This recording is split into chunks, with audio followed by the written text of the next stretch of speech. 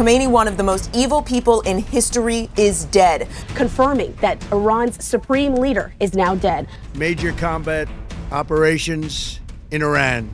Celebration in the streets of LA as word spread that Iran's supreme leader was killed in the attack. The post went up at 11:47 p.m. on a Saturday night. No press briefing, no prepared statement, no Rose Garden address with flags and podiums, just a phone and a man who had just watched, in real time from his residence in Palm Beach, Florida, the elimination of one of the most powerful figures in the Middle East. The words were his own, unfiltered, unedited. Khamenei, one of the most evil people in history, is dead. 36 years. That is how long Ali Khamenei had held absolute authority over the Islamic Republic of Iran. Longer than most of his people had been alive. He had survived assassination attempts, sanctions, revolutions from the street, wars by proxy, and 4 decades of enemies who wanted exactly what happened on February 28th, 2026.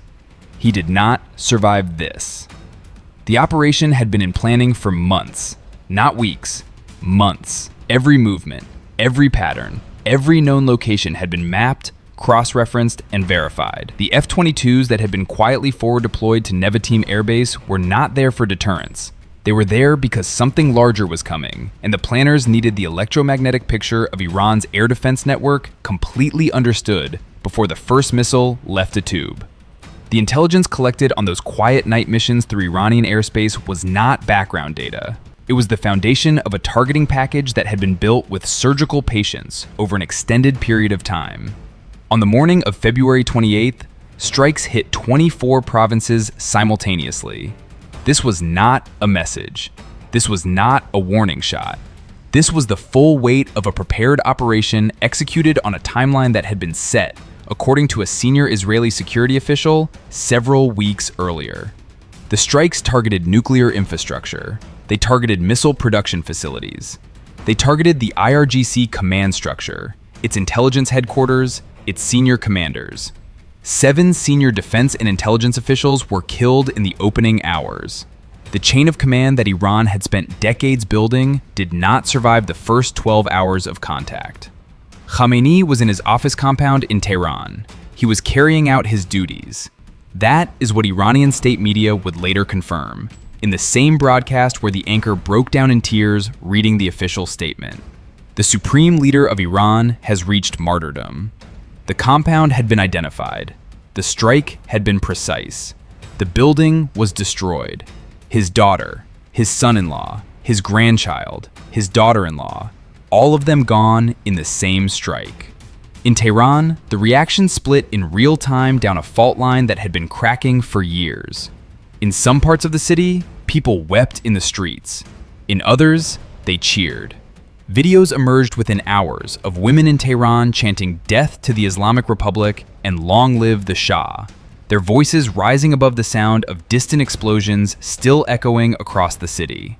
The regime that Khamenei had spent 36 years defending had killed enough of its own people, suppressed enough of its own protests, crushed enough of its own reform movements, that a significant portion of the population greeted the news of his death not with mourning, but with something that looked, in the footage spreading across encrypted messaging apps, uncomfortably like relief. Los Angeles, New York, Toronto, London.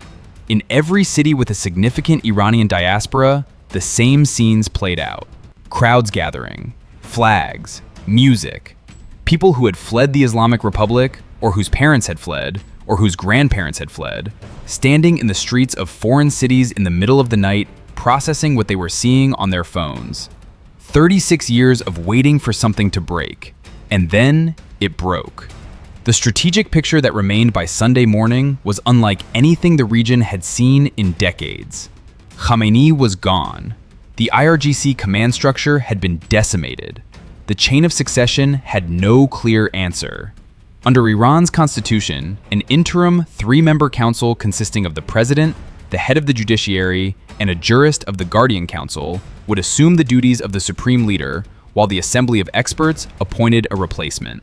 But the Assembly of Experts was operating in a country where 24 provinces had just been struck simultaneously, where the airspace was closed, where Tehran's streets were a mixture of grief and celebration, and where the most powerful military force in the history of the world was still, as Trump had made clear, bombing uninterrupted throughout the week.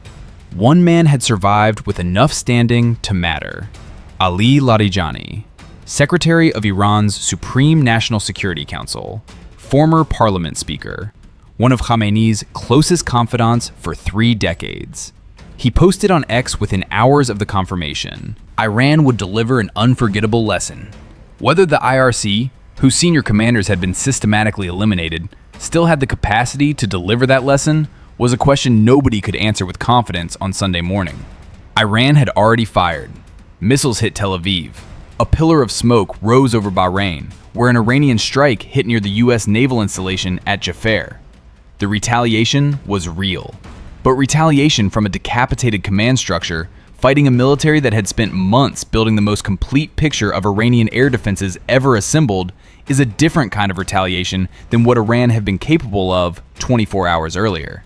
Trump, from Palm Beach, told NBC News that most of Iran's senior leadership was gone.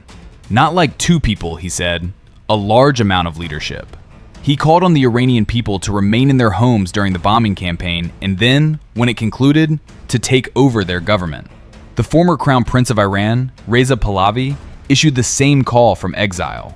36 years of one man's absolute authority over 85 million people ended on a Saturday night in February. What comes next? Who holds power in Tehran? Whether the IRGC fractures or consolidates? Whether the Iranian people move toward the opening that Trump and Netanyahu are openly trying to create for them? Whether this becomes the beginning of something or the middle of something far larger? Nobody can answer those questions on Sunday morning with any certainty. What is certain is this: the Islamic Republic of Iran woke up on March 1st, 2026, without the man who had defined it for 36 years. The man who had called America the Great Satan from the moment he assumed power had been killed by American missiles on a Saturday night. And somewhere in Palm Beach, the President of the United States had not called a press conference, had not delivered a prepared address, had not stood at a podium with flags. He had picked up his phone and posted.